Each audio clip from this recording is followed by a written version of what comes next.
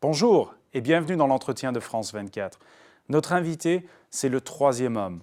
Henri Konan Bédier, l'ancien président de la République de Côte d'Ivoire, battu au premier tour de l'élection présidentielle d'octobre dernier et qui a tenu promesse, soutenant Alassane Ouattara au second tour. S'en est suivi 4 mois d'une crise qui a débouché sur des combats de rue avec des soldats onusiens et français dans les rues d'Abidjan. Henri Konan Bédier a 76 ans, toujours actif dans la vie politique, président du premier parti de Côte d'Ivoire, le PDCI, et proche conseiller d'Alassane Ouattara. Monsieur le Président de la République, bonjour et merci de nous recevoir ici en votre domicile parisien. Merci.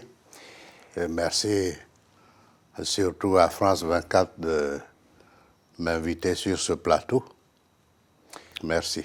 Vous êtes à Paris pour le prix Félix Houphouët-Boigny que vous avez décerné à l'UNESCO. À quand est-ce que la Côte d'Ivoire elle-même ou les Ivoiriens eux-mêmes mériteront et que faudra-t-il pour qu'ils méritent ce prix peut-être en 2012 ?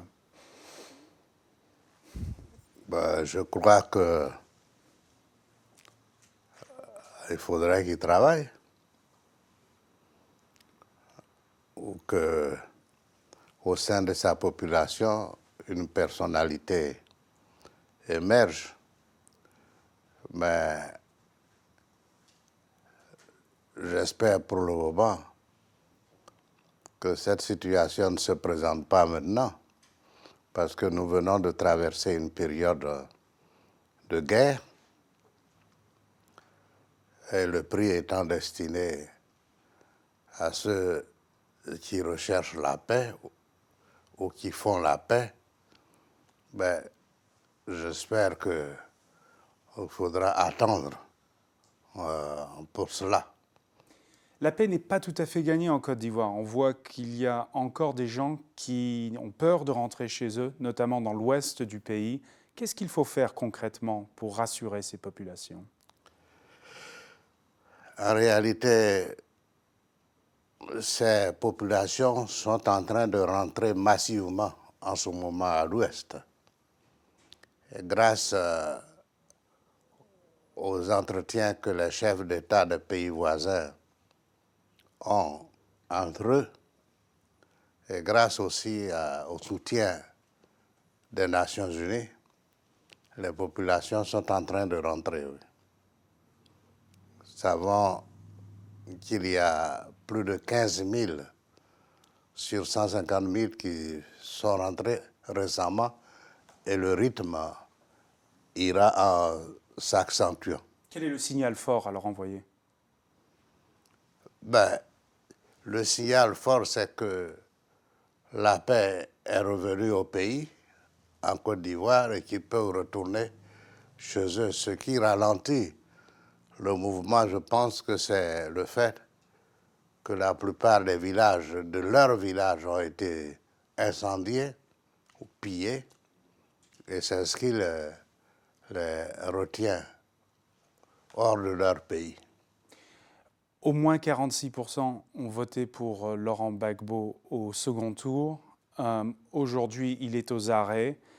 Quel doit être son sort à Laurent Gbagbo et dans le contexte d'une opposition aujourd'hui qui est aphone, qui se cherche ?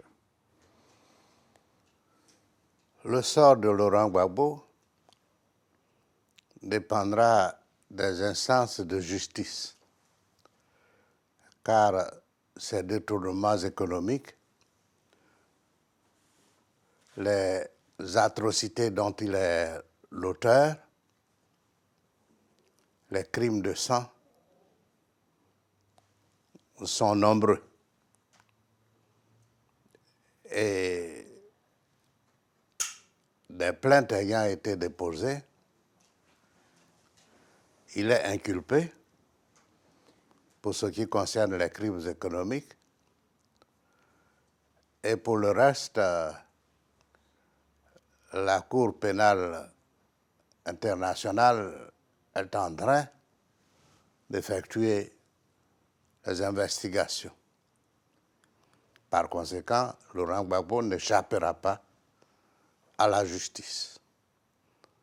Mais pour qu'il ait un jugement équitable, nous préférons qu'il soit jugé à la Cour pénale internationale ou au tribunal pénal international.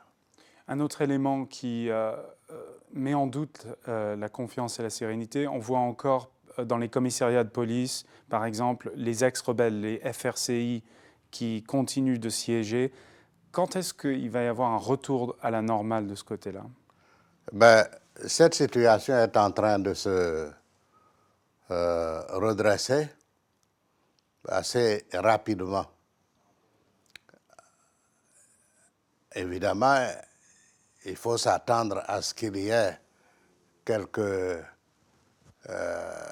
mouvements de ralentissement par-ci et par-là, mais fondamentalement, les policiers reprennent leur place dans le système sécuritaire ivoirien.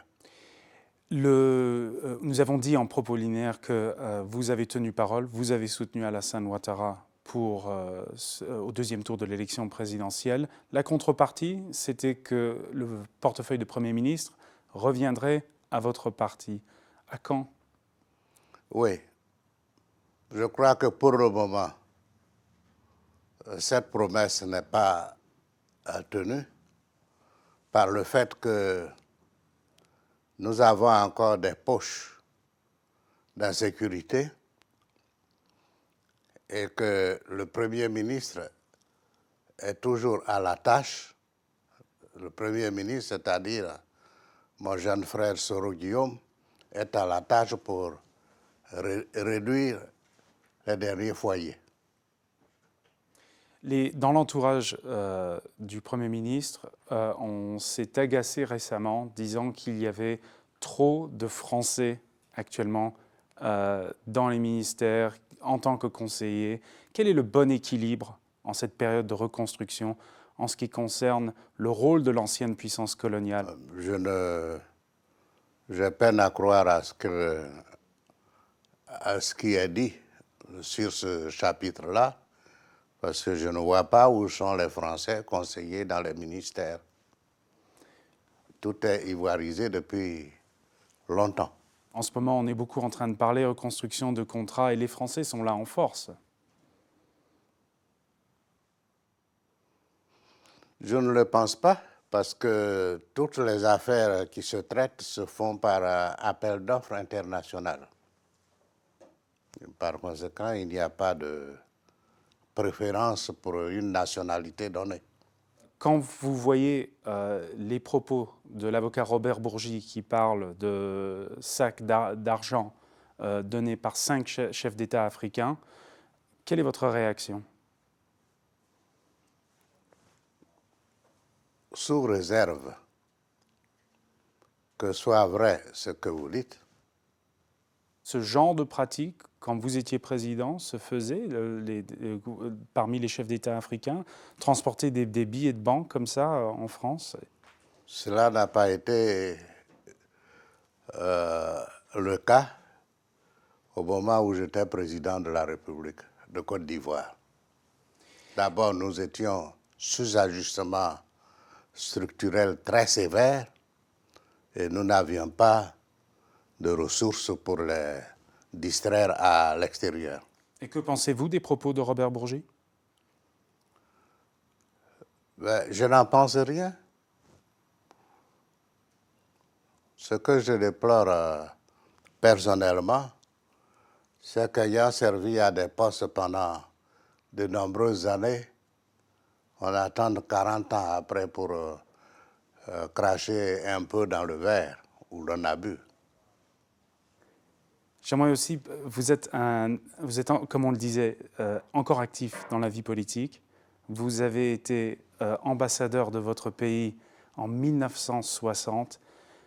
Avec votre regard de jeune homme que vous étiez à Washington à l'époque, est-ce que vous imaginiez que la Côte d'Ivoire aujourd'hui serait dans la situation dans laquelle elle est? Certainement pas. D'abord parce que Il est pratiquement impossible à l'homme de prévoir l'avenir.